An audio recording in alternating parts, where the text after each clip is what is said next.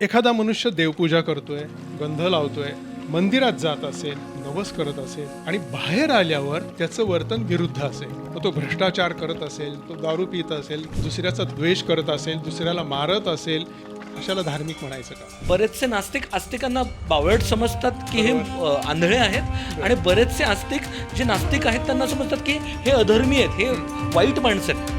हे चुकीचं आहे. अतिशय चुकीचं आहे हे. समाजात न्यायानं, नीतीनं, नियमानं, संयमानं, त्यागवृत्तीनं आणि परस्परांना प्रेमानं पुष्टी आणि आदर सन्मान करून कसं वागावं हे सांगणारं अलिखित शास्त्र म्हणजे धर्म. देव मंदिरातच आहे किंवा कोणत्याही धार्मिक स्थळी आहे, म्हणजे आपण कुठल्याही हिंदू किंवा ह्याच्याप्रमाणे बोलत नाही, ज्याची जी श्रद्धा आहे तिथे आहे आणि बाहेर पडल्यावर नाहीये, ही जी पहिली कल्पना ही चुकीची आहे. पूजा केली म्हणजे मी धार्मिक झालो असं होत नाही, किंवा मी भक्त झालो असं पण होत नाही. ते वृत्ती परिवर्तनासाठी आहे. जर आपण परमेश्वर किंवा देव जर सगळ्यांवरती प्रेम करतो, त्याच्याकडे नाही गेलो, त्याचं खूप केलं किंवा अजिबातही नाही केलं तरी तो माझ्यावरती प्रेम करणारच आहे, तर मला ऍक्टिव्हली जाऊन काहीतरी उपासना करणं किंवा पूजा करणं, काहीतरी आराधना करणं, अर्चना करणं गरजेचं आहे का?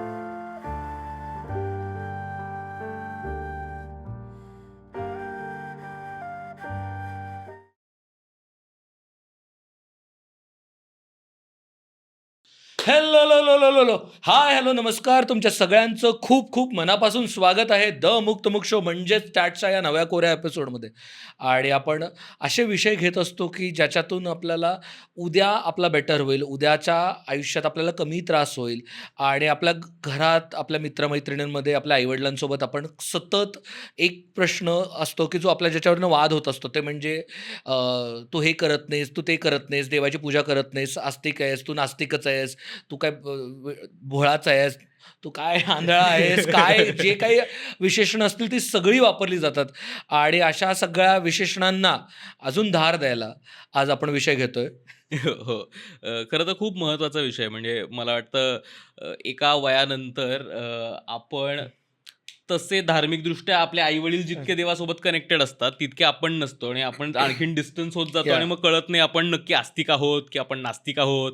मग आस्तिक कशाला म्हणायचं, नास्तिक कशाला म्हणायचं हे कळत नाही.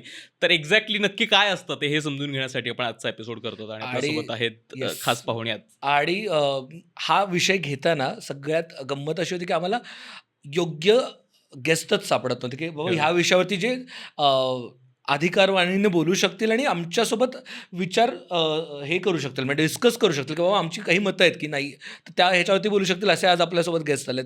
ते म्हणजे राजेंद्र खेर सर. तुम्ही त्यांना ओळखत असालच. ते लेखक आहेत, ते कादंबरीकार आहेत, त्यांच्या बऱ्याचशा बेस्टसेलर नॉवेल्स आहेत. त्यांनी 6 भाषात पुस्तकं लिहिलेली आहेत, म्हणजे त्यांचे पुस्तक 6 भाषात प्रकाशित झालेली आहेत. सो अशा हरहुन्नरी लेखक आपल्यासोबत आहेत. सर, तुमचं खूप खूप वेलकम आमच्या शोवरती. नमस्कार, धन्यवाद. नमस्कार सर. आणि मुख्य म्हणजे तुमचे जे अमुक्तमुक्तचे जे सगळे प्रेक्षक आहेत, श्रोते आहेत, त्या सर्वांनाही माझा नमस्कार आणि शुभेच्छा. येस. इतका म्हणजे ह्या विषयावरती इतके प्रश्न आहेत ना मला आणि हो, म्हणजे ओंकारला. खरंच म्हणजे हे कायमचं घरामधलं डिस्कशन आहे सर. म्हणजे की पूजा करायची, नाही करायची, किंवा म्हणजे आम्ही कदाचित म्हणजे दोघांसाठी बोलू शकतो कदाचित, की त्या वयात आहोत जिथे प्रश्न पडायला लागतात की अच्छा हे करायचं आहे की सांगितलंय म्हणून करायचं की पटतंय म्हणून करायचं. तर कदाचित हा सगळा प्रयत्न आहे ते पटवून घेण्याचा किंवा ॲटलिस्ट समजून घेण्याचा की हे काय पद्धतीनं वर्क करतं. तर मला वाटतं सुरुवात करायला हरकत नाही. म्हणजे आस्तिक म्हणजे काय, नास्तिक म्हणजे काय, इथपासून जर आपण सुरुवात करू शकलो की कशाला आपण आस्तिक म्हणायचं, कशाला नास्तिक म्हणायचं. कारण प्रायमरी कन्फ्युजन त्यात आहे की कारण होतं असं की मी रोज काही जाऊन देवासमोर दिवा लावत नाही, रोज काही जाऊन प्रार्थना करत नाही, नमस्कार करत नाही, पण ज्यावेळेस माझ्यावरती काहीतरी एखादा प्रसंग ओढवतो त्यावेळेस मला आठवण येते, तर त्यावेळेस मी स्वतःला आस्तिकही म्हणवत नाही, त्यावेळेस मी नास्तिकही म्हणवत नाही. तर एक्झॅक्टली आस्तिक म्हणजे काय, नास्तिक म्हणजे काय, इथपासून सुरू करू शकू. तर म्हणजे आतापर्यंत काय झालं की आपल्याला मागच्या पिढ्यांनी जे सांगितलं हो. की हे देवपूजा करायची आहे, का करायची आहे, किंवा हे कधीच असं सांगितलं गेलं नाही, किंवा श्लोक म्हणायचे का म्हणायचे असं सांगितलं नाही. तुझं चांगलं होईल, श्लोक म्हण, शुभं करोती म्हण, जे काही असेल ते, किंवा ज्या ज्या धर्मानी जे जे सांगितलं त्या त्या पुढच्या पिढीला ते फक्त फॉलो करत आले. आणि मागच्या पिढीत असं होतं की प्रश्न विचारणं हे तसं हे नव्हतं, म्हणजे सोयीचं नव्हतं, किंवा एक धाक होता, भीती होती म्हणा. पण आजची मला उलट गोष्ट चांगली वाटते की आजचा जो तरुण वर्ग आहे त्याला बुद्धीने समजून घ्यायच्या सगळ्या गोष्टी आणि ती गोष्ट अतिशय उत्तम आहे. कदाचित मी काय ते सगळं समजावणारा असेन असं पण नाही आहे. पण जे काही थोडे अनुभूती आहे, अनुभव आहे, वाचन आहे आणि लेखन झालं आहे, त्यामुळे मी थोडंसं काहीतरी सांगू शकेन. पण मला ही वृत्ती खूप आवडते आजच्या तरुणांची, की मला जाणून घ्यायचं आहे, की मला वडील सांगतायत म्हणून मी करायचं नाही आहे. हं. मग आस्तिक आणि नास्तिक हा पहिला प्रश्न उपस्थित होतो. वास्तविक आस्तिक आणि नास्तिक हा भागच नाही आहे माझ्या मते. कारण ओके. तुम्ही म्हणजे नास्तिक कुणाला म्हणायचं तर तो देव मानत नाही किंवा असं असं जे आपण म्हणतो किंवा कर्मकांड मानत नाहीये हं. किंवा अमुक देवाला गेलं नाही म्हणजे तो नास्तिक झाला. हा त्यांनी उपवास केला नाही, त्याने देवपूजा केली नाही म्हणजे तो नास्तिक झाला. तर ह्या संकल्पनाच माझ्या मते चुकीच्या आहेत. माझ्या ओके. मते याचा अर्थ मी उपनिषद आणि वेद आणि भगवद्गीतेच्या दृष्टिकोनातून बोलतोय. हं. याचं कारण असं आहे की आस्तिक असतो तो देवाला मानतोच, म्हणजे हम्म, त्याला देव माहितीच नसतो कुठे आहे पण तो मानतो. हम्म, मग तो एक उपयुक्तता म्हणून मानतो किंवा मला गरज आहे म्हणून मानतो किंवा गॉड फिअरिंग आहे म्हणून मी मानतो. पण काहीतरी माझी कामं व्हावीत म्हणून मानतो, म्हणजे तो मानतोच. हम्म, ओके. दुसरी म्हणजे की त्याच्याकडे घरातनं संस्कार आलेला असतो म्हणून तो मानतो. हं. पण जो नास्तिक असतो तो देव मानत म्हणजे तो तत्व मानतो, कोणतं तरी तत्व या सृष्टीला व्यापून आहे आणि ते तत्व आपल्या सगळ्यांना चालवत आहे, म्हणजे एक प्रिन्सिपल म्हणा, एक चेतना म्हणा किंवा एक चैतन्य म्हणा, याला तो मानतो. हं. म्हणजे याचा अर्थ भेद देव किंवा जे कोण चैतन्य आहे त्याला मान्य आणि न मानण्याचा संबंधच येत नाही, तो मानतच असतो. मग पुढचा प्रश्न येतो की नास्तिक आणि आस्तिक हा भागच नाही. म्हणजे काही वेळा असं होतं की अगदी एखाद दुसरा टक्का असेल की आम्ही चैतन्यही मानत नाही असे म्हणणारे फार थोडे असावेत. हं. पण मग दुसरा भाग येतो की नास्तिक आणि आस्तिक म्हणण्यापेक्षा धार्मिक आणि अधार्मिक इथे मुद्दा येतो. ओके. ओके. ओके. हां, आता धार्मिक म्हणजे काय, तर आपल्यापुढे एक असं चित्र रंगवलं गेलं की मी उपवास करतोय, मी काहीतरी श्रावणात अमुक अमुक पाळतोय म्हणजे मी धार्मिक आहे. हं. तर तो धार्मिक हा शब्द रिलिजन अर्थाने किंवा या अर्थाने असा आलेला आहे. आणि अधार्मिक काय, तर तो देव मानत नाही म्हणजे हे एकच आहे की देव मानत नाही म्हणजे अधार्मिक हो. किंवा धर्म मानत नाही म्हणजे अधार्मिक. पण प्रश्न असा आहे की समजा आता मीच कदाचित श्रोत्यांना विचारीन, प्रेक्षकांना विचारीन, आपल्यालाही विचारीन की एखादा मनुष्य देवपूजा करतोय, गंध लावतोय, म्हणजे कुठल्याही ज्या ज्या धर्माचं जे जे आहे ते हो, मी हो. आपल्या एक हिंदू धर्माच्या संदर्भात सांगितलं. पण ज्या ज्या गोष्टी आहेत, एखादा धार्मिक माळ ओढत असेल, जप करत असेल, जे जे कर्मकांड करतोय ते करत असेल, मंदिरात जात असेल, नवस करत असेल आणि बाहेर आल्यावर त्याचं वर्तन विरुद्ध असेल, मग तो भ्रष्टाचार करत असेल, तो दारू पित असेल किंवा अनेक ज्या ज्या निषिद्ध गोष्टी सांगितल्या आहेत, दुसऱ्याचा द्वेष करत असेल, दुसऱ्याला मारत असेल, वाईट गोष्टी करत असेल आणि एकीकडे तो मंदिरातही जात असेल, गंध लावत असेल किंवा ज्या ज्या धार्मिक कृती करत असेल, अशाला धार्मिक म्हणायचं का, हा एक प्रश्न. आणि जो या कोणत्याच गोष्टी करत नाही पण अत्यंत निष्ठेने वागतोय, समाजात कुणाचा द्वेष करत नाहीये, कुणावर अत्याचार करत नाहीये, त्यात तो नियमाने वागतोय, सामाजिक भानाने वागतोय आणि मानवता म्हणून की एक मनुष्य म्हणून तो एक विचारी मनुष्य म्हणून जसा वागायला हवा तसा वागत असेल, तर तो अधार्मिक कसा? हम्म. त्यामुळे धार्मिक आणि अधार्मिक हा शिक्का पण होऊ शकत नाही. हो, हो. म्हणजे जे प्रामुख्यानं धर्म अधर्म याचा संबंध फक्त रिलिजन सोबत जो लावला जातो, म्हणजे हिंदू, मुस्लिम, शीख, ईसाई किंवा वेगवेगळ्या धर्मांसोबत जे फक्त त्या संबंध लावला जातो, तो तितका तो ढोबळ योग्यच अर्थाने नाहीये, तो योग्यच नाहीये. कारण धर्म म्हणजे मनुष्य धर्म, मग आत्मगौरव, परसन्मान आणि ईशपूजन होऊ शकतं किंवा आत्मगौरव आणि दुसऱ्याचाही तितकाच सन्मान होऊ शकतो. हं, आणि हं. या पद्धतीने परस्परांना पुष्टी देऊन जर का जगत असेल प्रेमाने, तर तो त्याच्या इतका धार्मिक दुसरा कोणीही नसेल. मग कदाचित तो धार्मिक स्थळांमध्ये जाणार नाही, उपवास करणार नाही किंवा जपजाप्य करणार नाही, पण मानव म्हणून तो एक विचारी दृष्टिकोनातून जर का वागत असेल तर तो धार्मिकच मानला पाहिजे. म्हणजे सामाजिक शांततेसाठी एक इन जनरल आपण किंवा एक मनुष्य काय म्हणतो एक मनुष्यभाव जो आहे तो पाळणारा, म्हणजे आपण म्हणतो की एक नॉर्मल तुझ्यात ह्युमॅनिटी नाहीये का, बरोबर. ह्युमॅनिटेरियन लॉनी जो पाळतो, मानवता आपण हा, भाग- मानवता मानवता मानवतेने जो वागतो तो बरोबर. धार्मिक. बरोबर, अगदी बरोबर. याच्या पलीकडे दुसरा अर्थच असू शकत नाही. कारण धर्म हा शब्द आज जो रिलिजन म्हणून झालेला आहे, तर ते पंथीय आहे ते सगळं. पण मूळ सनातन धर्म सुद्धा कशावर बेस्ड आहे, की मानवतेवर तो मुख्य बेस्ड आहे. म्हणजे समाजात न्यायानं, नीतीनं, नियमानं, संयमानं, त्यागवृत्तीनं, तप करून आणि परस्परांना प्रेमानं पुष्टी आणि आदर सन्मान करून कसं वागावं हे सांगणारं अलिखित शास्त्र म्हणजे धर्म.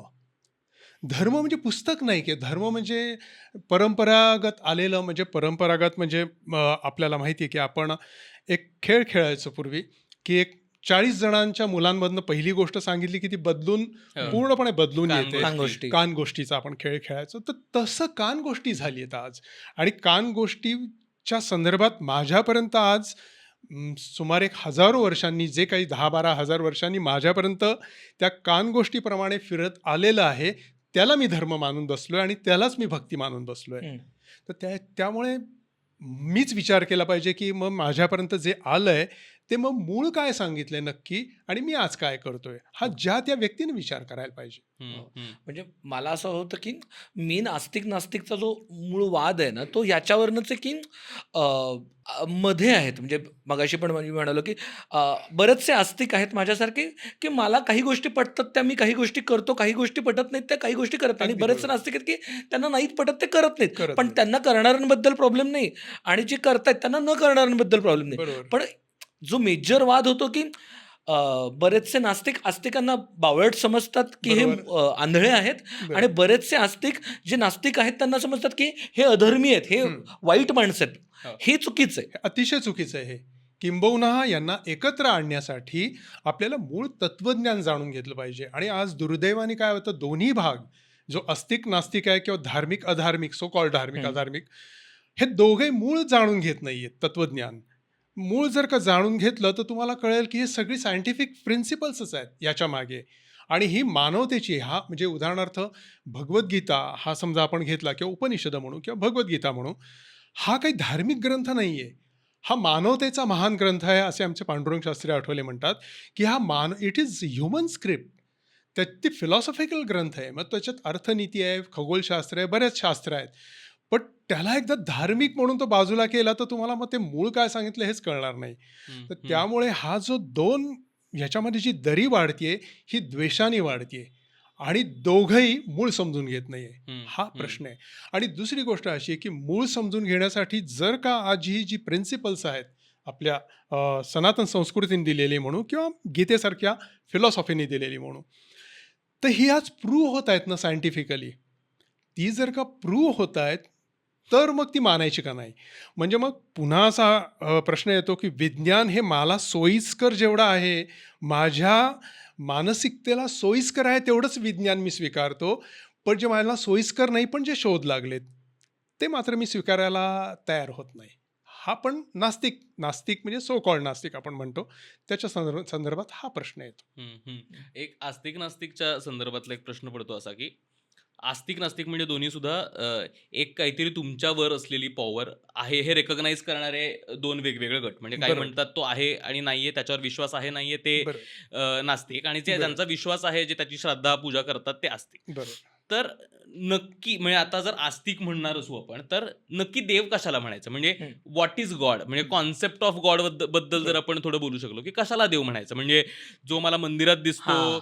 जो मला कोणाच्या तरी स्वभावामध्ये दिसतो, कोणाच्या तरी माणसात सापडतो, एखाद्या चांगल्या कृतीतनं दिसतो, नक्की देव म्हणायचं कशाला. कारण बरोबर. सगळा प्रॉब्लेम मला असं वाटतो जो येतो ते त्या देवासाठी काहीतरी कृतिशील पद्धतीनं करणं. मग त्या आपल्या काय भक्ती, मग त्या पूजा, मग कर्मकांड, या सगळ्या गोष्टी आपण ज्या ॲक्शन्स करायला जातो आणि असं वाटतं की या केल्याने त्याच्यापर्यंत पोचता येतं. तर तो जो आहे तो एक्झॅक्टली काय आहे? पहिली गोष्ट म्हणजे की म्हणजे हे कसं होतं, म्हणजे आज समाजातच घडतंय. आत्ता मी सकाळसाठी एक पुस्तक लिहिलंय, हो. अवेकनिंग युअर ब्लिस म्हणून, मराठी आणि इंग्रजीमध्ये ते प्रकाशित झालंय. त्याच्यात मी ती प्रोसेस दिली आहे की हाऊ टू अचीव परमात्मा. मुळात परमात्म्यापासून माझ्यापर्यंत मी कसा आलो, जीवापर्यंत, हो. आणि जीवापासून पुन्हा परमात्म्यापर्यंत कसं जायचं हे त्या याच्यामध्ये दिलेलं आहे. तर पहिली गोष्ट काय होती की समजा आईन्स्टाईन म्हणतो की E = MC², हा त्याचा सिद्धांत आहे, किंवा अनेक जे चांगले चांगले मोठमोठे रामानुजम सारखे जे सायंटिस्ट आहेत ते सिद्धांत मांडतायत गणितामधनं. तर तिसरीतला व्यक्ती एखादी मुलगा म्हणतो की हे मी काय ते MC² मानत नाही, काय मला दिसत नाही, मला काही कळत नाही आहे. तर अशी अवस्था आपण देवाच्या संदर्भात करतो की जे प्रिन्सिपल आपल्या बुद्धीतच उतरू शकत नाही ते आपण बुद्धीत आणायचा प्रयत्न करतो आणि आपल्या समजेतून त्याला डिस्कार्ड करतो किंवा ॲक्सेप्ट करतो. हा एक पहिला भाग. ओके. दुसरा भाग, जी कर्मकांड दिली आहेत, हम्म. जी मंदिर दिलं आहे किंवा जे आपण मूर्ती दिली आपण हे म्हणतो, ही एक प्रोसेस आहे. म्हणजे आत्ता जसं आपण उदाहरण पाहिलं की मला PhD व्हायचं आहे आणि मी तिसरीत आहे. तर मला PhDला जाण्यासाठी मला जे इयत्ता पार करावे लागतील ना, सगळं मला अभ्यास करत जावं लागेल. फिलॉसॉफीमध्ये मला PhD करायची आहे. तर मी तिसरीतनं मी दुसरी त्याला क्रिटिसाइज नाही करू शकत. आज होते काय, नास्तिक आणि आस्तिकेतला हा जो मुद्द्यातनं मी परत ते सांगतो की 2 डगऱ्यांवर 2 ध्रुवांवर आम्ही उभे आहोत आणि तो म्हणतो की ते खरंच नाही आणि हा म्हणतो हे खरं आहे. पण ते दोघं एकत्र येतच नाहीत किंवा मी त्या लेव्हलला जात नाही. जाणीवेच्या त्या स्तरावर गेल्याशिवाय मला त्या गोष्टी कळणारच नाही आहेत. उदाहरणार्थ की मला वास येत नाही आहे, समजा सुगंधच येत नाही, म्हणजे नाकाला वासच येत नाही. तर उदबत्ती लावली आणि सुगंध येतोय, तुम्हाला येतो आणि मला येत नाही, याचा अर्थ सुगंध नाही असं नाही आहे, तो मला येत नाही आहे. इथे मी कमी पडतोय कारण माझी जाणीवेचा स्तर तो नाही आहे. हम्म, हा एक पहिला भाग. आणि दुसरा भाग तुम्ही जो विचारलात की मग मंदिरात जाणं, देव तिथे आहे, हो. मग देव मंदिरातच आहे किंवा कोणत्याही धार्मिक स्थळी आहे. हो. आपण कुठल्याही हिंदू किंवा ह्याच्याप्रमाणे बोलत नाही. हो. ज्याची जी श्रद्धा आहे तिथे आहे आणि बाहेर पडल्यावर नाही आहे, ही जी पहिली कल्पना ही चुकीची आहे. कारण तो तिथे आणण्याचं कारण, मूर्ती आणण्याचं म्हणजे हिंदू धर्माच्या संदर्भात आपण बोललो, तर मूर्ती तिथे आणण्याचं कारण ही जो तिसरीत आहे मनुष्य, त्याला PhD पर्यंत नेण्यासाठी जो तिसरीत आहे, समजा पहिलीत म्हणू आपण, हम्म, तर ती पहिली स्टेज आहे की तुला तिथे गेल्याशिवाय तुला पुढे प्रवास नाही आहे. मग तो प्रवास कसा आहे, तर इंद्रिय, मन, बुद्धी आणि आत्मतत्व. आता ही सगळी चारही तत्व सगळ्यांना ॲक्सेप्टेड आहेत. म्हणजे तिथे नास्तिक असो किंवा आस्तिक असो. हम्म. पहिल्यांदा इंद्रियांना वळण द्यायला लागतं. मग इंद्रियांना वळण देण्यासाठी वृत्ती परिवर्तन करावं लागतं. आता वृत्ती परिवर्तन कसं होणार, की मी रोज समजा पबमध्ये जाऊन बसायला लागलो तर माझी वृत्ती तशीच होणार आहे. मला तेच खरं जीवन वाटायला लागणार आहे आणि तो जो संस्कार आहे माझ्या भोवती होणारा, तेच खरं जीवन आणि तोच खरा माझ्या आयुष्याचा हेतू वाटायला लागणार आहे. मग तुम्हाला दुसरीकडचं जे काही कुठलं असेल तर ते मग एखादं सायंटिफिक हे असेल किंवा आपण गाया प्लॅटफॉर्मसारखे असतील, तो माझ्या दृष्टीने त्याज्य आहे. हम्म, हम्म. मला ते पब संस्कृतीच योग्य वाटेल कारण माझी वृत्ती तशी तयार झाली आहे, त्या असोसिएशनमुळे झाली आहे. हो. मग ते तुम्हाला असोसिएशन आणण्यासाठी मंदिर आहे किंवा धार्मिक स्थळ आहे.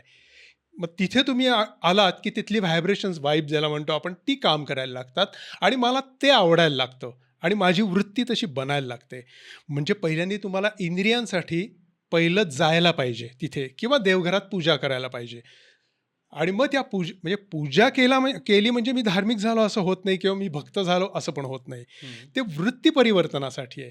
म्हणजे कर्मकांड किंवा मी आता उपवास केला, मी अमुक केला, तर उपवास केला म्हणजे मी भक्त झालो असं नाही.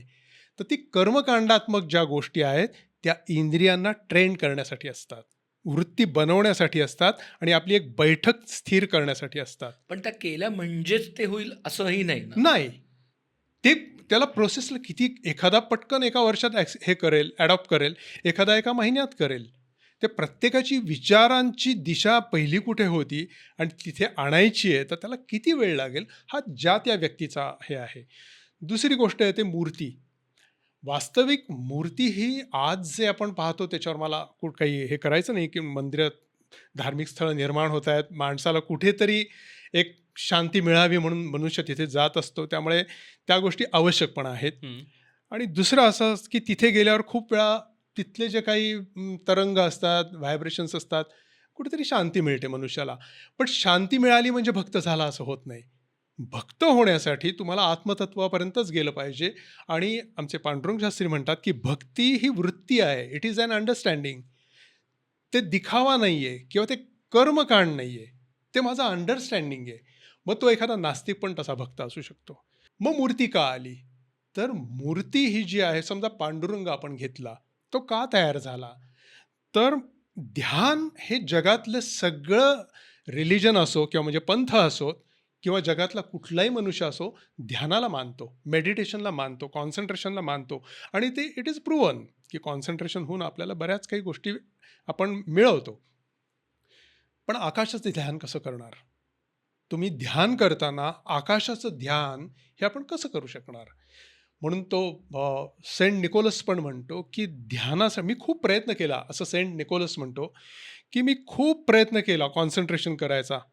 आक काही नाही समोर माझ्या आणि मी कॉन्सन्ट्रेशन करतोय, तर माझं कॉन्सन्ट्रेशन होईना. मला एका मोमेंटला असं कळलं की मी माझ्या पुढे आयडॉल पाहिजे, माझ्या पुढे आयकॉन पाहिजे. त्या सेंट निकोलसने असं म्हटलं की आयकॉन शिवाय मी ध्यान करूच शकत नाही. मग आयकॉन कोणता? तिथे भारतीय शास्त्र येतं मूर्ती. त्यामुळे मूर्ती म्हणजे परमात्मा नाही. परमात्मा म्हणलं तर तो अणुरेणू भरलेला आहे, आपण एक प्रिन्सिपली बोलतो, एक शास्त्र म्हणून बोलतो. पण मूर्ती त्या देवळातच आहे आणि त्या मूर्तीला मी केलं म्हणजे तो परमात्मा तिथेच आहे आणि मग मी नवस करतो आणि मग माझं वेगळंच सुरू होतं. पण ती भक्ती नाही. मग ते कदाचित कॉन्ट्रॅक्ट पण होऊ शकतं देवाशी. तर तुमचा जो प्रश्न आहे की मग मूर्ती आणि देऊळ जे आहे किंवा मूर्ती आहे तर ती माझ्या कॉन्सन्ट्रेशनसाठी आहे पहिली गोष्ट. मग आता कॉन्सन्ट्रेशन कसं करायचं याच्यावर मी काही बोलतो मध्ये, तुम्हाला याविषयी काही प्रश्न असेल तर हे करा. हो. मला भक्तीबद्दलच म्हणायचं होतं, विचारायचं होतं खरं तर, की मग मग कशाला भक्ती म्हणायची आणि मग कशाला भक्त म्हणायचं? म्हणजे कारण भक्ती, श्रद्धा, उपासना, त्याच्यासोबत जोडून येणारे जे इतर वेगवेगळे शब्द आहेत, या सगळ्यांचा काय अर्थ लावायचा आणि काय पद्धतीनं बघायचं हेच कळत नाही. म्हणजे मला जाता जाता एखादं मंदिर लागलं आणि मला त्याच्याकडे बघून काय नमस्कार करा असं वाटलं, तर ती पण माझी श्रद्धा आहे. पण मला एखाद्या वेळेस काय मोठी मिरवणूक चालली आहे गणपतीची आणि मला हातही जोडावा असं वाटलं नाही, तीही माझी श्रद्धा आहे. तर नक्की श्रद्धा, भक्ती या सगळ्याची जर फोड करून समजावून सांगू शकलात, की कशाला काय म्हणायचं आणि कशाचा काय अर्थ असतो? मुळात श्रद्धा म्हणजे हाच तर मुळात प्रश्न आहे की गणपतीची तुम्ही मिरवणूक चालली आहे किंवा मूर्ती आहे, पांडुरंग आहे, जो कोण देव आहे, तिथे मी हात जोडतो पण आहे, रस्त्यातून जाताना नमस्कार पण करतोय, पण माझी ह्या गोष्टींवर श्रद्धा नाही आहे. पुन्हा ते असंच येते की आपण कानगोष्टीप्रमाणे या सगळ्या गोष्टी आपल्यापर्यंत आलेल्या आहेत. म्हणून प्रश्न येतोय की त्या मूर्तीचा आणि मंदिराचा उद्देश काय होता मूळ, आणि तो आज राहिलाय काय? मी त्याच्यावर आज टीकात्मक काही बोलणार नाहीये, पण त्याचा मूळ उद्देश काय होता? मंदिर असो किंवा कोणतंही धार्मिक स्थळ असो, त्याचा मूळ उद्देश काय आहे? उदाहरणार्थ की घंटा वाजवली जाते, इव्हन चर्चेसमध्ये पण घंटा वाजवली जाते, तर घंटेनी आपण देवाला उठवत असतो का स्वतःला उठवत असतो, हा प्रश्न आहे. मूळ उद्देश काय आहे की चर्चमध्ये त्यापूर्वी गावाची ती मोठी घंटा असेल हो, हो, वाजवत, हो. तर त्या लोकांना कळायला देवाला अपॉइंटमेंट दिली आहे, त्याची वेळ झाली आहे. ती अपॉइंटमेंट विथ गॉड ही पाळायची असते.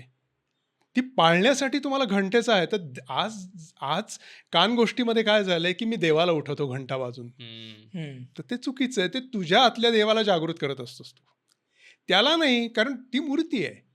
मग खूप वेळा असं लोक म्हणतात ना, अरे ती मूर्ती अशी होती, मग इथे इतका अनाचार झाला, मग त्या मूर्तीने काय केलं? हो. तर त्याचा उद्देशच नाही आहे ना मूर्तीचा तो. ते मूर्ती ध्यानासाठीच आहे. मग आता पुन्हा माझा मगाचा मुद्दा येतो आणि मग आपण भक्तीपर्यंत जाऊ, की मग जर का ती मूर्ती ध्यानासाठी आहे, तर ती मूर्ती कशी पाहिजे? ती मूर्तीचं प्रतिबिंब, रिफ्लेक्शन हे माझ्या अंतरंगात पडत असतं. म्हणून तुम्ही संतांचं पाहिलं की त्या पांडुरंगाला पाहिलं की त्या आनंदाच्या उकळ्या फुटतात, पण त्या उकळ्या बाहेर नाही फुटत.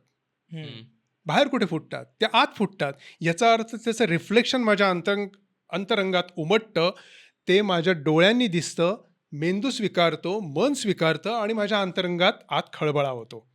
याचा अर्थ ती मूर्ती फक्त कारण ठरते. क्रिकेटमध्ये सिक्सर मारल्यावर मी टाळ्या मारून उड्या मारतो, ते घटनासमोर घडल्यामुळे पाहून माझ्या आत उकळ्या फुटतात. मग कुठल्याही बाबतीत असो ते, याचा अर्थ ते दर्शन मला महत्त्वाचं असतं माझ्या आत उकळ्या फुटण्यासाठी. पण बऱ्याचशा धार्मिक ठिकाणी गेल्यावरती अस्वस्थ वाटतं, नाही आवडत. कारण तिथलं जे काही मॅनिफेस्टेशन आहे, ज्या पद्धतीचं काही ठिकाणी बाजारीकरण झालं असतं, ते बघून मला नाही वाटत देव. आणि मला कधी-कधी घरी बसून, शांत बसूनही मला असं वाटतं, की छान वाटतं आणि मला कुठेतरी कनेक्टेड वाटतं. मग मी अधार्मिक का? मग मी नास्तिक का? कारण मला असं वाटतच नाही, की माझ्या लघुवृत्तीला माझ्या एवढ्याशा मनुष्याची काही बेसिक एक कपॅसिटी आहे, त्या कपॅसिटीत मी देवाला एवढ्या एका मूर्तीत डिझाईन करावं आणि मूर्तीबंद म्हणजे काय म्हणतात त्याला, मूर्तीबंद करावं किंवा व्याख्याबंद करावं. मला नाही वाटत देव ही, मला वाटतं फार मूर्तीच्या वर कल्पना आहे असं नाही का? तर नॉट नेसेसरी मी मंदिरात गेलो म्हणजेच मी धार्मिक झालो. मी घरात बसूनही हे करू शकतो. पण पुन्हा प्रश्न येतो, की मी ध्यान मग कशाचं करायचं? जर का मला कॉन्सन्ट्रेशन मी मानतो, मग मला शांती पाहिजे.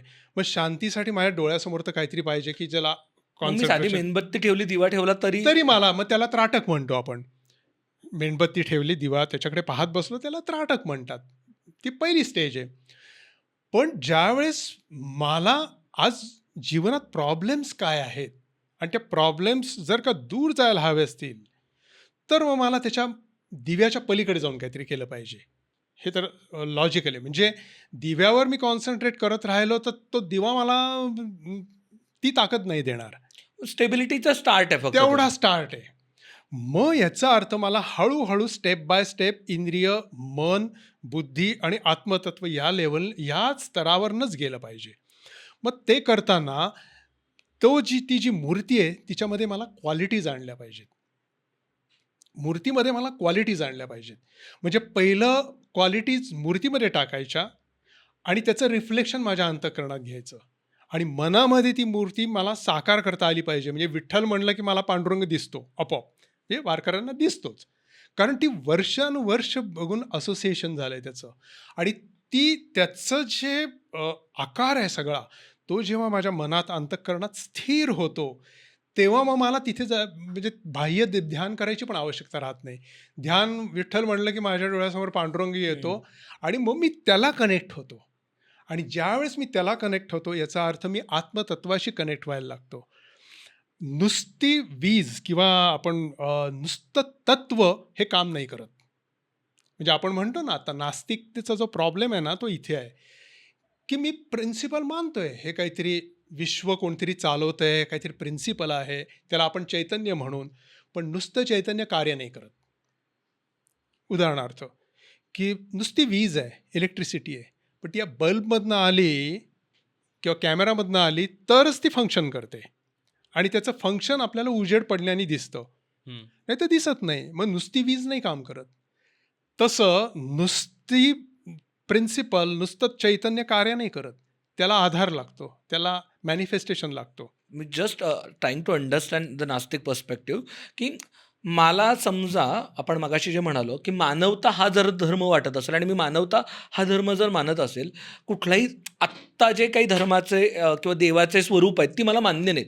मला त्या एका पॉवरवरती, त्या चैतन्यावरती विश्वास आहे, पण त्या चैतन्याचं स्वरूप मी डिफाईन करू शकतो ना. स्वरूप माणसानीच करायचं आहे. हं. कारण दुसऱ्या प्राण्यासाठी वेगळं स्वरूप असेल. हां. माणसासाठी वेगळं आहे. माणसाला जे लिमिटेशन्स दिलेले आहेत तेवढ्याच्यातच तो करणार नॅचरली. पण पुन्हा प्रश्न येतो, की मी नुसत्या चैतन्याचं ध्यान कसं करणार? हाच प्रश्न येतोय. मग चैतन्याचं ध्यान करू शकत नाही, तर मला काहीतरी तत्व ज्याच्यात शिरतंय, ज्या बल्बमध्ये शिरतंय, तो बल्ब तर मला आणला पाहिजे समोर. मग मी त्या बल्बवर कॉन्सन्ट्रेशन करू शकेन आणि त्या क्वालिटीज मी त्या मूळ तत्वाच्या मी ग्रहण करू शकेन. त्याच्यासाठी मूर्ती आली. पण आता म्हणजे बोला. मूर्ती म्हणजे जर ध्यानधारणा किंवा काय ते देवासोबत कनेक्ट करणं यासाठी मंदिरं किंवा त्या मूर्ती असतील, तर मग आता त्याचं जे काही स्वरूप आपण बघतो, की काय देवाला आरती केली जाते, नवस बोलले जातात, नको नको त्या गोष्टी वाहिल्या जातात. खरं तर ती मूर्तीच आहे. म्हणजे आपण एक ते प्रतिमा म्हणून, देवाची प्रतीक म्हणून त्याच्याकडे बघतो आहे, मूर्ती आहे ती. त्याचं रिफ्लेक्शन त्यात आपण शोधण्याचा प्रयत्न करतोय. पण मग ज्यावेळेस काही भौतिक गोष्टी त्याला ऑफर केल्या जातात.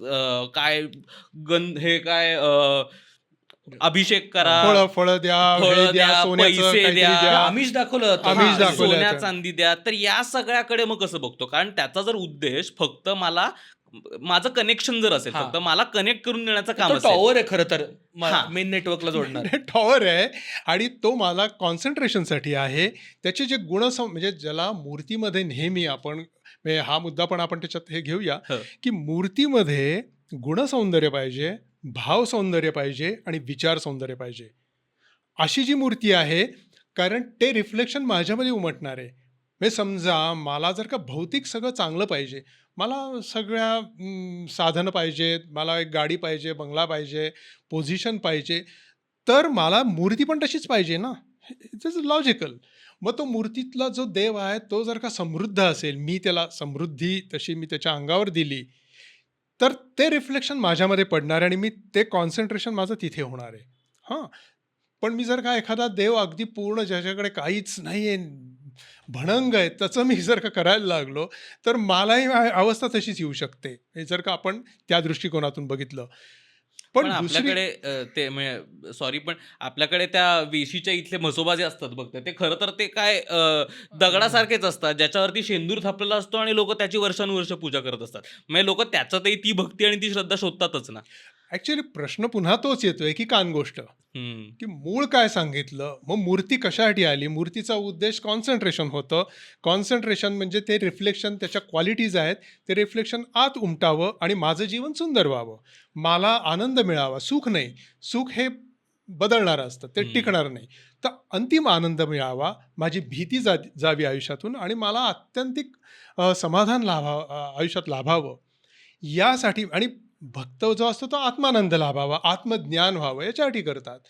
तर ते जे रिफ्लेक्शन माझ्यामध्ये आणायचे, त्याचा मूळ उद्देशच जर का हरवून गेला, तर मग तुम्ही म्हणता तो मेन हा भाग. होतंय काय माहिती का, आम्हाला आमच्या जनरेशनला काय पटत नाही माहिती का, भीतीदायी किंवा ते कॉन्ट्रॅक्च्युअल अग्रीमेंट आहे किंवा गर्लफ्रेंडला मनवल्यासारखं हा. देवाला मनवणं मला पटत. मला असं वाटतं की जर देव असेल तर तो खूप मोठा आहे. बरोबर. त्याला माझ्या 2 डझन केळींनी आणि 3 त्याला लिटर माझ्या attention ची काही गरज माझ्या नाही ना. attention ची गरज नाही. ज्यांनीच निर्माण हां, केली ज्यांनी केळी, निर्माण केलं, त्याला काय केळी त्याला देणार केळी तो? देऊन काय दाखव म्हणजे.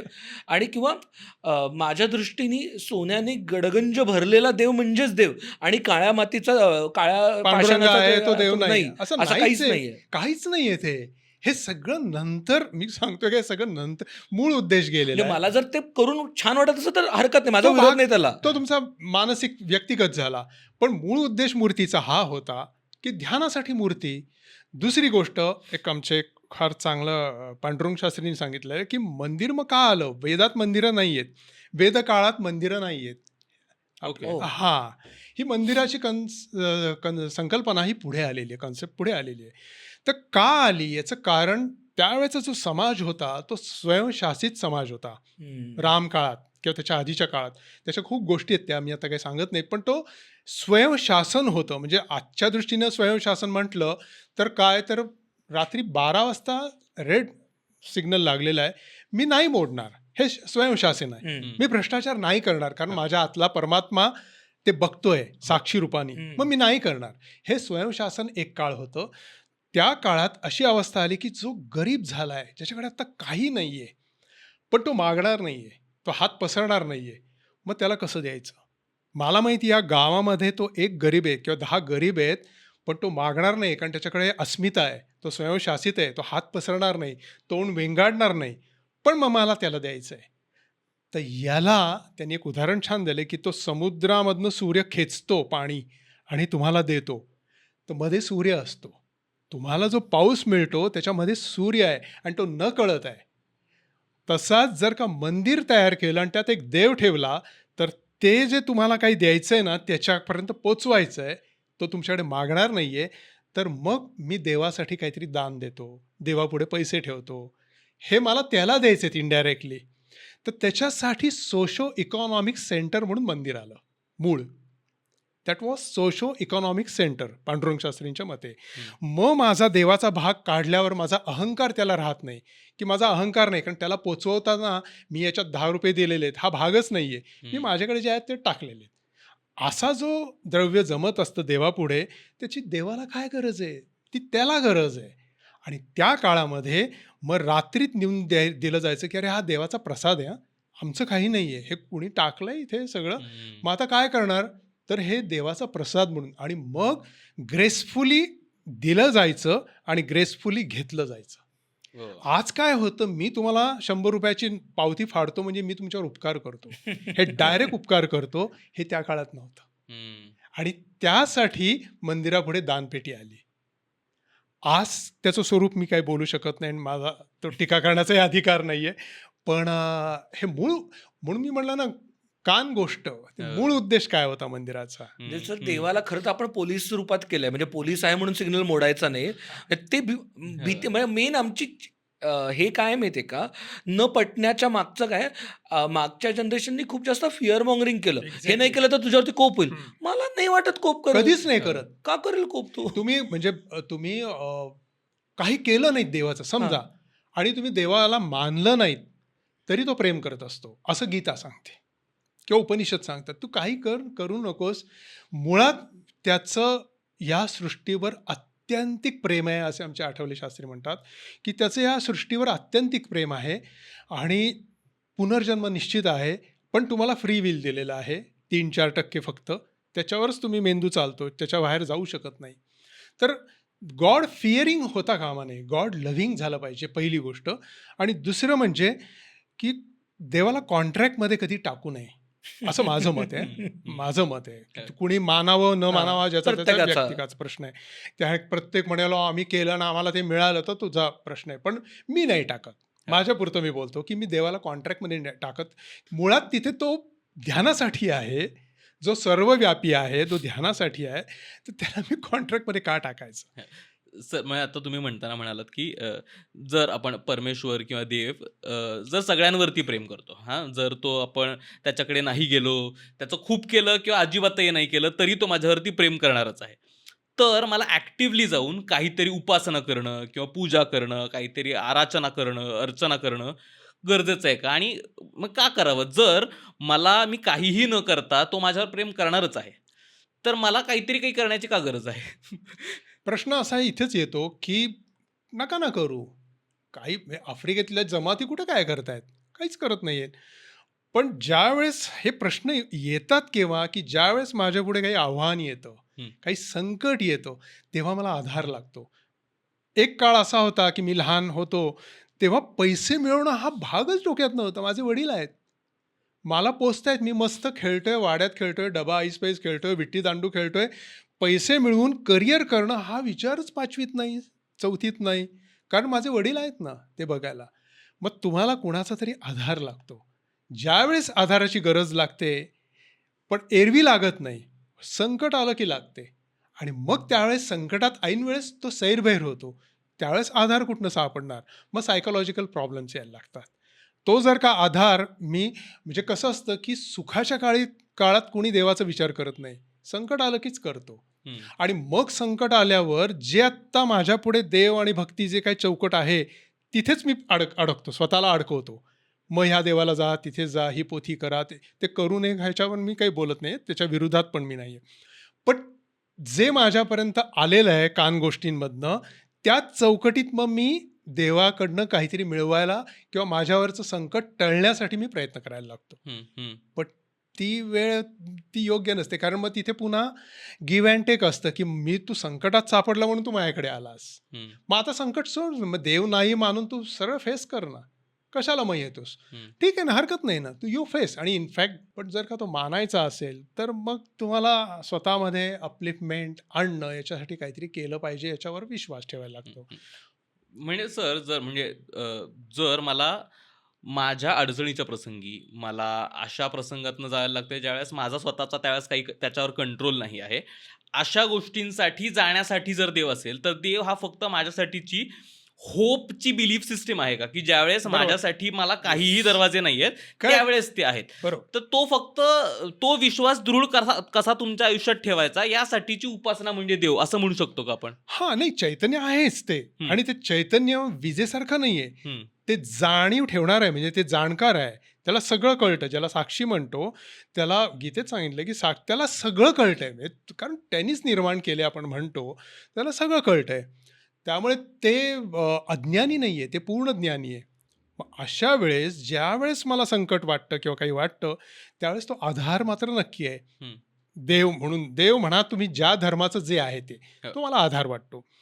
प्रश्न पुन्हा तिथे येतो की मला ऐन वेळ समजा तो आधार आहे, तर ते हाऊ टू कनेक्ट विथ हिम, त्याचे ब्लेसिंग्स मला कसे मिळवायचे? जर का माझ्याकडे काही शास्त्राचा काही अनुभवच नसेल, माझ्याकडे सत्संगच नसेल, माझी इंद्रियाची पहिली पायरी मी मनापर्यंत नेलीच नसेल, माझी बैठकच नसेल, माझी वृत्ती परिवर्तन झालंच नसेल, तर तुम्ही कसं करणार? म्हणजे माझ्यासमोर उत्तर लिहिलंय, पण उत्तर मॅन्डरिनमध्ये. मला मॅन्डरिन शिकणं गरजेचं उत्तर वाचायला. अदरवाईज किल्लीच नाही उघडता येणार मला. केलीच नाही. मला माहिती आहे कोणीतरी आहे, पण नास्तिकही मानतोय आणि आस्तिकही मानतो आहे, पण ती किल्ली कशी उघडायची त्याच्यासाठी पण मग काय मार्ग असू शकतो त्याचा? ते म्हणजे शास्त्रात दिलंय. अच्छा, कारण मग जर आपण म्हणत असू की कर्मकांड नाही करायचं, जर फक्त त्या मूर्तीमध्ये देव नाहीये, मूर्ती एक प्रतीक आहे म्हणून फक्त तेच नाही करायचं, काय अभिषेक नाही करायचा, हे नाही करायचं, ते नाही करायचं, तो शोधायचा आहे. पण मग तो कसा शोधायचा? म्हणजे मग तोच मला हां. उत्तर हवं आहे, पण मग त्या उत्तरापर्यंत पोचायचं कसं? पोचायचं कसं? आणि प्रत्येकाचे मार्ग वेगळे असू शकतात का? म्हणजे मे बी काही हां. जणांसाठी कर्मकांड असेल, मला नाही वाटत नाही कर्मकांड, ना, तर मी नाही. माझा हे वेगळा तुम्ही मार्ग केलंच पाहिजे असं नाहीच आहे. माझा मार्ग वेगळा तयार करू शकतो का मी? नक्कीच करू शकतो. पण तुम्हाला destination you must know destination. हम्म. तेच जर का माहीत नाहीये, म्हणजे आपण समजा असं म्हणलं की मला दिल्लीला जायचंय, पण मी यार्डात जाऊन गाडीत बसलो दिल्लीच्या, तर ती गाडी हालणारच नाहीये. मला गाडी चालती पाहिजे ना, मग ती चालती कशी पाहिजे? ते इंद्रिय, मन, बुद्धी आणि आत्मतत्व हाच मार्ग आहे. मग प्रत्येकाला ट्रेन करायला पाहिजे. नुसतं सायकोलॉजी घेऊन, मन घेऊन तुम्हाला चालणार नाही. तुम्हाला इथे वृत्ती परिवर्तन पाहिजे. मग बैठक तयार झाली पाहिजे. बैठकीनंतर तुम्ही मनाकडे येता, मग मनात वृत्ती तयार व्हायला लागते. मग बुद्धीकडे येता, बुद्धी विवेक करते, मन विचार करतं, इंद्रियांमध्ये विकार असतात, मनात विचार असतो, बुद्धीत विवेक असतो आणि आत्मतत्वात विज्ञान असतं. आपल्याला खूप गोष्टी माहीत नाही आहेत सरसहा, की शास्त्राने एवढं सांगून ठेवलं आहे की आत्मतत्वाला जाणण्याची क्रिया हे विज्ञान आहे. ओ वाव. आणि आपण विज्ञान विज्ञान म्हणजे फक्त रॉकेट सोडलं आणि हे सोडलं आणि मोबाईल हे विज्ञान समजतोय. शास्त्र मानतं, भारतीय उपनिषदांचं शास्त्र, की आत्म्याला जाणणं ही गोष्ट ही विज्ञान आहे. म्हणून विकार, विचार, विवेक आणि विज्ञान ह्या 4 स्टेप्स आहेत. मग तुम्हाला ऐन वेळेस जेव्हा संकटात सापडतो तेव्हा ते तुम्हाला विज्ञान पाहिजे. मग या पहिल्या 3 स्टेजेसचं काय? तो ट्रेंडच तुम्ही केलेलं नाहीये तुम्हाला, तर तुम्ही त्याला कसं हे करणार? याच्यात एक श्लोक जाता सांगू का तुम्हाला? प्लीज. भगवद्गीतेत 13व्या अध्यायात उपद्रष्टा, अनुमंता, भर्ता, भोक्ता, महेश्वर हा एक श्लोक आहे. आणि तो जर का एखाद्या कुठल्याही व्यक्तीने जर का त्याला हे अचीव करायचं आहे, त्यांनी जर का तो बारकाईने अभ्यासला, तर कळेल की प्रत्येक स्टेजला मी इंद्रियांना हे इथपर्यंत ट्रेन केल्यावर तो मला प्रतिसाद कसा देतो. आपण मंदिरात प्रसाद म्हणतो, ॲक्च्युली इट इज प्रतिसाद, रिस्पॉन्स. मग मी कसा देतोय तसा तो रिस्पॉन्स देणार आहे मला. माझं काय होतंय की मी स्वतः त्याला जो काय म्हणतो त्याला आपण आव्हान करतोय, ज्याला तो रिस्पॉन्स देणार आहे, ते मी आव्हान कशाचं करतोय? तुला पेढे देईन, तुझ्यावर प्रदक्षिणा मारेन, त्याला तिथेच देव असेल तर त्याला चक्कर यायला लागेल हा प्रदक्षिणा मारायला लागल्यावर. तर मी त्याला ऑफर काय करतोय? पेढे कोणाचे तरी, सिंहासन, सोनं, अमुक, धन. पण ज्याला गरजच नाहीये तो प्रतिसाद काय देणार त्याचा? म्हणजे आपण अलीकडे तुम्ही ह्याच्या बऱ्याच हल्ली काय होतं की वेस्टर्न याच्यामध्ये खूप काही आलं की आपण ते ॲक्सेप्ट करायला लागतो. जसं सिक्रेट सारखी पुस्तकं आली, ती करू नये असं नाही. मी कुठल्या याच्या विरोधात नाहीये, पण ती सिक्रेट्स ऑलरेडी तुमच्या उपनिषदात देऊन ठेवलेली आहेत. मग ती तुम्ही का नाही मानत हा प्रश्न आहे. आणि असं आहे ना की तुम्हाला एका विषयात PhD करायची आणि तुम्हाला काही मिळवायचं आहे, इन्क्रिमेंट मिळवायचं साधं, तर तुम्हाला एवढी घासावी लागते. तुम्हाला परमात्म्याचा प्रतिसाद पाहिजे, रिस्पॉन्स पाहिजे, तर तुम्ही संकटात सापडल्यावर आयता त्यांनी दिला असं कसं होईल? खरंय. मग तुम्हाला त्या प्रोसेसनी गेलं पाहिजे ना. तुमच्या पहिली गोष्ट म्हणजे प्रेम त्याच्यावर. गॉड फिअरिंग नाही, गॉड लव्हिंग पाहिजे. पण मग ते प्रेम कसं करायचं? मग देवळात गेलो आणि मी त्याला पैसे टाकले म्हणजे प्रेम झालं असं होत नाही. मग कसं करायचं? त्याची तंत्र उपनिषदात आहेत, गीतेत आहेत. दुसरं म्हणजे गॉड फिअरिंग नको, गॉडशी कॉन्ट्रॅक्ट नको. मग त्याला कनेक्ट कसं व्हायचं त्याची तंत्र ऋषींनी दिलेली आहेत, जी स्वाध्यायामध्ये आज पांडुरंग शास्त्रींनी दिली की एक्झाम्पल घेऊ शकतो एखाद्याचं. हा त्रिकाल संध्या. त्रिकाल संध्या ही तुम्ही देवपूजा करू नका, हा तुमच्या वृत्ती बनवण्याचा प्रश्न आहे. माझी वृत्ती बनवायची म्हणून तुम्ही हवी तेवढी कर्मकांड करा. म्हणजे पूर्वी म्हणायचे 2-2 तास पूजा करतो, तो तिथेच कदाचित अडकलेला राहू शकतो, कारण तो इंद्रियांनाच तिथे ट्रेन करतोय किंवा मनाला ट्रेन करतोय.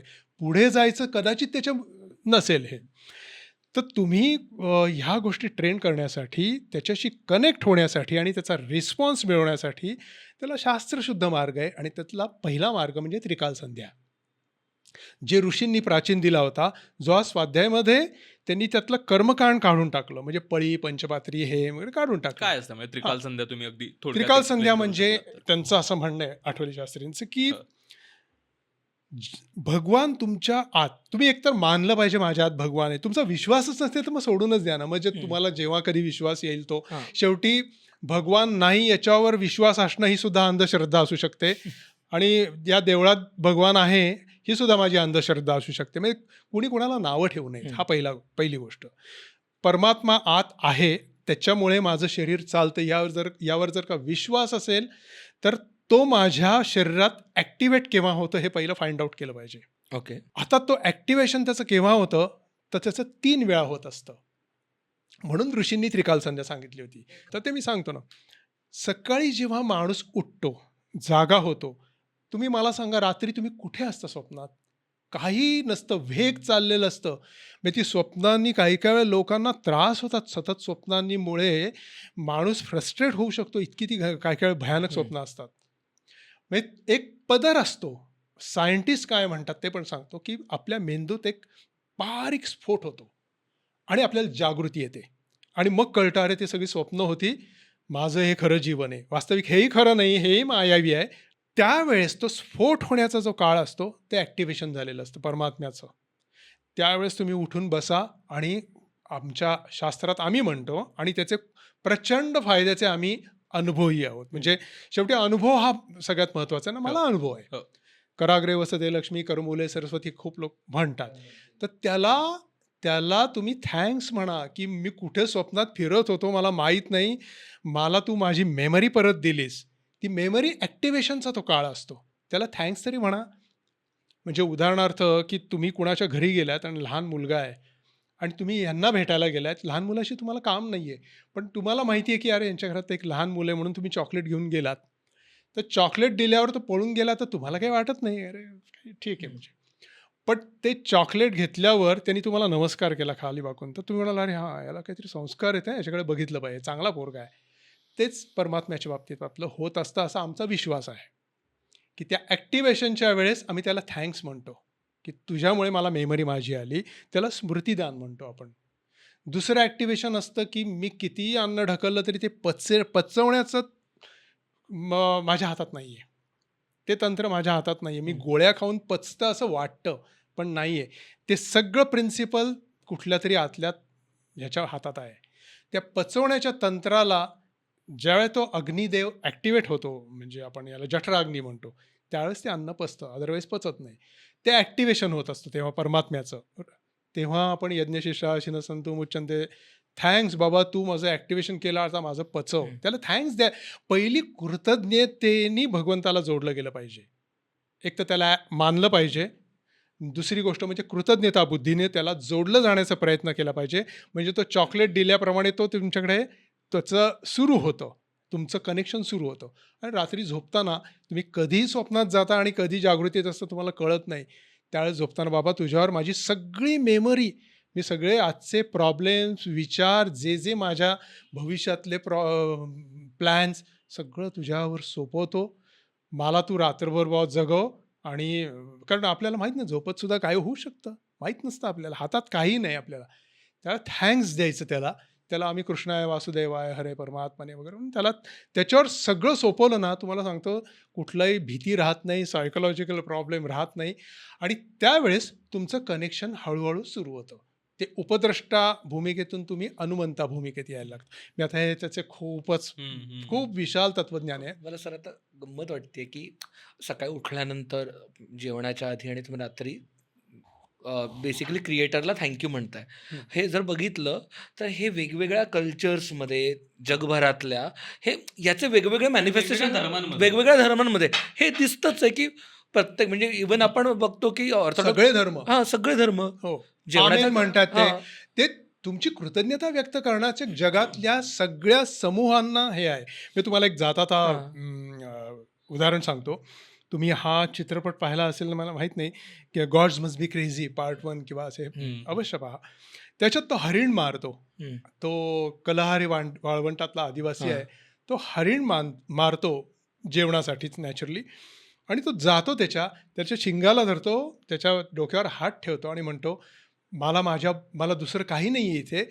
माझ्या पोटाची गरज आहे म्हणून मी तुला मारलेलं आहे, तर मला क्षमा कर. मी तुझी कृतज्ञता व्यक्त करतो. Yeah. म्हणजे आदिवासी यांच्यापासून ते आजच्या सगळ्या जगातल्या लोकांपर्यंत माणसाकडे ती कृ- बुद्धी आहे. कृतज्ञता हेच आहे. फक्त ती समज गेली त्याच्या मागची. आणि त्या कृतज्ञता बुद्धीतून तुम्ही हळूहळू भक्तीकडे जायला लागता. मला आता ऑलमोस्ट शेवटाकडे येत चाललोय आपण तर, की जर काय या मार्गाने म्हणजे जे काही आपल्या उपनिषदांमध्ये किंवा ऋषीमुनींनी काही जे काही आपल्याला पद्धती सांगितल्या त्या पद्धतीनं श्रद्धा करण्याचा, भक्ती करण्याचा, स्वतःसोबत आणि देवासोबत कनेक्ट करण्याचा प्रयत्न केला तर मिळतं काय? म्हणजे हे सगळं करण्याचा उद्देश काय? म्हणजे जर आपण एखादी धार्मिक म्हणजे उदाहरण सोपं करून घेण्यासाठी उदाहरण म्हणून धार्मिक आणि अधार्मिक व्यक्ती असं जर समोर दोन ठेवले तर असं काय असतं, म्हणजे का करावं, म्हणजे त्याचा सगळ्याचा मागचा हेतू काय, हे कशामुळे, म्हणजे हे केलं तर तुला यातनं हे मिळेल, कारण अल्टिमेटली जर त्यातनं काही मला मिळणार नसेल तर कशाला तर करायचं? कशाला करायचं? ॲक्च्युली हाच तर म्हणजे गिव्ह अँड टेकचा तिथे येतो आपण. पुन्हा कॉन्ट्रॅक्टपर्यंत येतो. तोच प्रश्न येतोय की तुझं जीवन सुरळीत चाललंय हां. तोपर्यंत तुला काही गरजच नाहीये ना. पण प्रॉब्लेम आला तर मात्र मग पळू नकोस. जसं चार्वाक काय म्हणतोय की मला दिसला नाही देव तर मी कसा मानू. तर चार्वाक जेव्हा मरायला टेकला तेव्हा लोक बाजूबाजूचे सनातनी आले आणि म्हणाले, अरे आता तरी मान. नाही म्हणला मानणार, कारण मला नाही दिसला. म्हणजे तुमची तेवढी आहे का? तितकी मग तुमची स्वतःची आत्मशक्ती इतकी पाहिजे की नाही मानत मी शेवटपर्यंत. जसं दुर्योधन म्हणाला की नाही, पांडव माझे शत्रूच. म्हणजे मग भीमानी लाथा मारलं, त्याची मांडी फोडली. म्हणजे आता तरी शत्रुत्व नाही, म्हणले तुम्ही माझे शत्रूच. पण तितकी तुमची पराकोटीची ही पाहिजे निष्ठ की नाही ते. पण तसं नाही होत. असे करणारे किती टक्के असू शकतात? कारण म्हणजे काही थोडा जरी प्रश्न आला सुरळीत जीवन जात असताना, तर माणूस गडबडून जातो. म्हणजे एक आधार म्हणून देव मानला पाहिजे. एक पहिली गोष्ट आधार. कुठेतरी मला आधार पाहिजे. माझे वडील आहेत. पण नुसता आधार नाही, त्याचं माझं रिलेशन तर पाहिजे. माझे वडील नाहीत, पण कुणीतरी माझ्या इथे आधार आहे. पण वडिलांशी असलेले रिलेशन आहे भावनिक, ते माझं दुसऱ्या कुठल्या मनुष्याशी नाही होऊ शकत. समजा माझा केअरटेकर कोणीतरी आहे आणि माझे वडील आहेत किंवा माझी आई आहे आणि मला कोणीतरी दाई ठेवली आहे. ते रिलेशन आणि आईचे रिलेशन यात फरक आहे ना.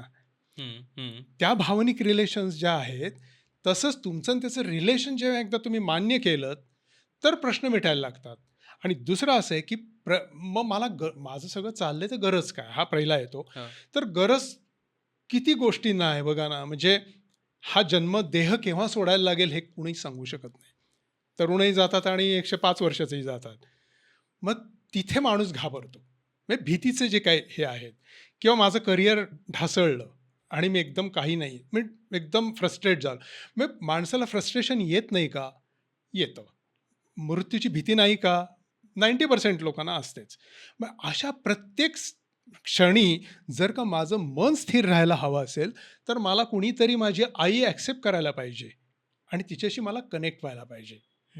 आणि ते कनेक्शन म्हणजे मगाशी मी तुम्हाला सांगितलं की जे संतांनी केलं किंवा ऋषींनी केलं, ती जी मूर्ती आहे ना, ती एकदा मी माझ्या आत स्थिर केली ना, तर मला जे हवं आहे ना ज्या त्या वेळेस, तर ती जाणते आणि ते माझे प्रश्न दूर करते. हा अनुभव आहे. असं मला लेट मी काय म्हणतात त्याला, correct me if I am wrong. मी जे समजून घेतोय तुम्ही जे आता सांगितलं ते इट्स लाईक मला आत्ता पर्पजलेस फील होतं आहे. मला कधी कधी युजलेस फील होतं. मला केऑटिक वाटतं आहे ह्या सगळ्या आजूबाजूच्या विवेचनांमुळं, काय म्हणतात त्याला, प्रॉब्लेम्समुळं, स्ट्रगल्समुळं.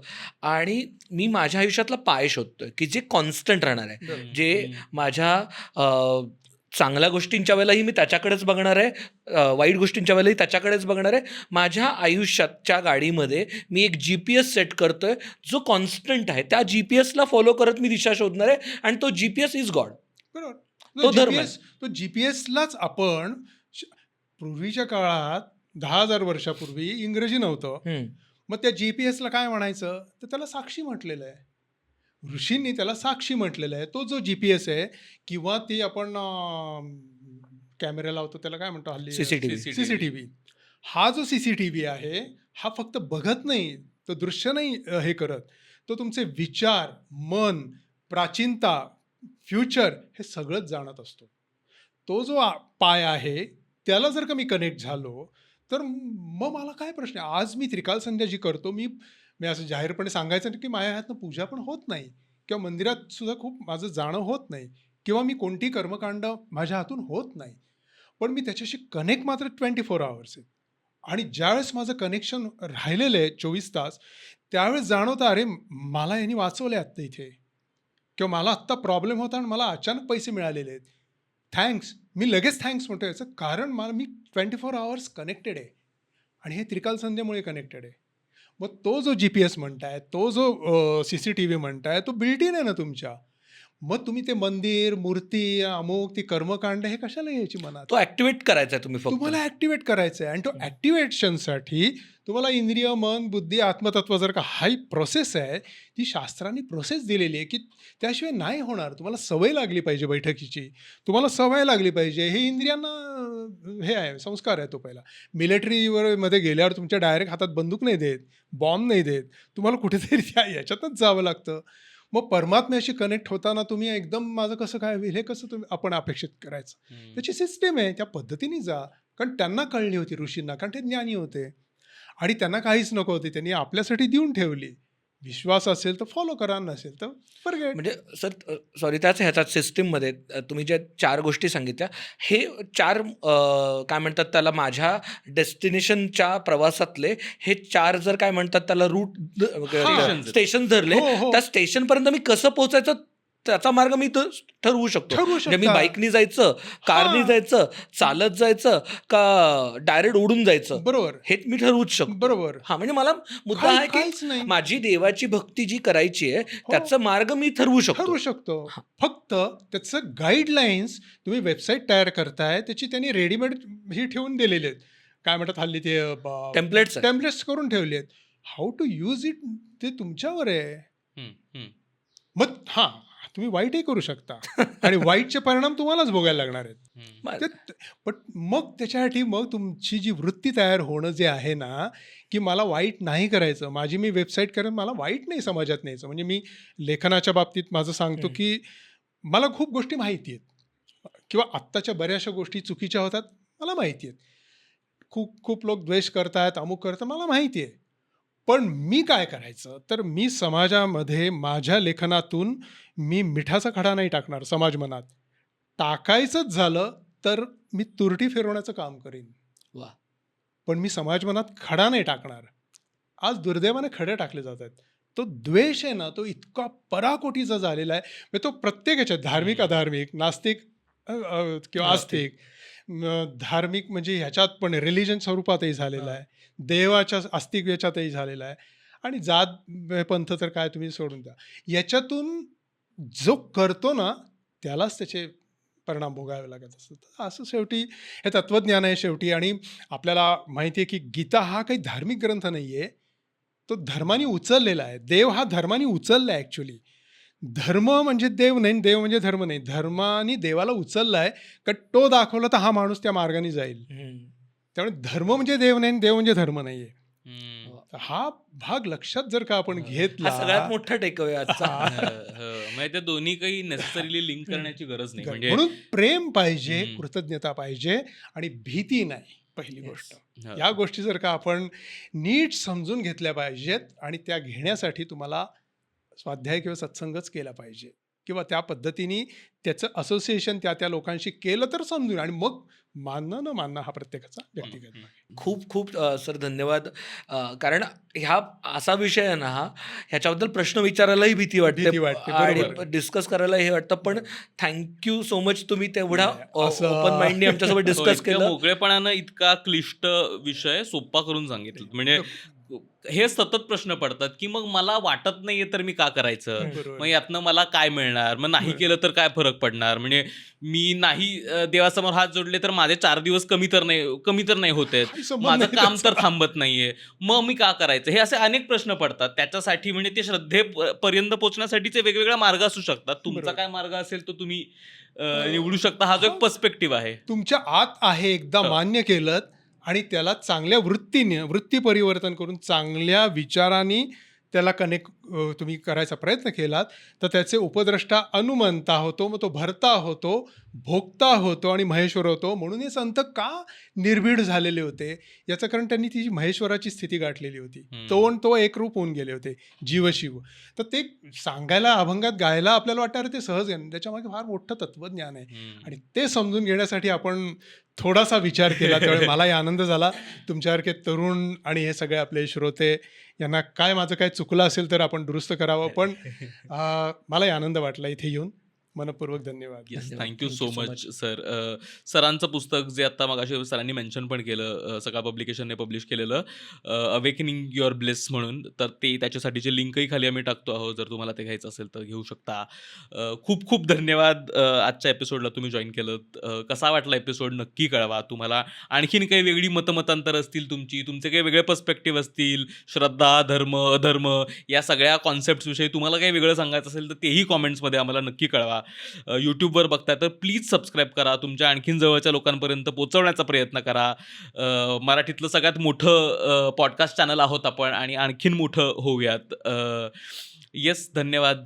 भेटत राहू पुढच्या एपिसोड्सना. लो बसवा. लो बसावा.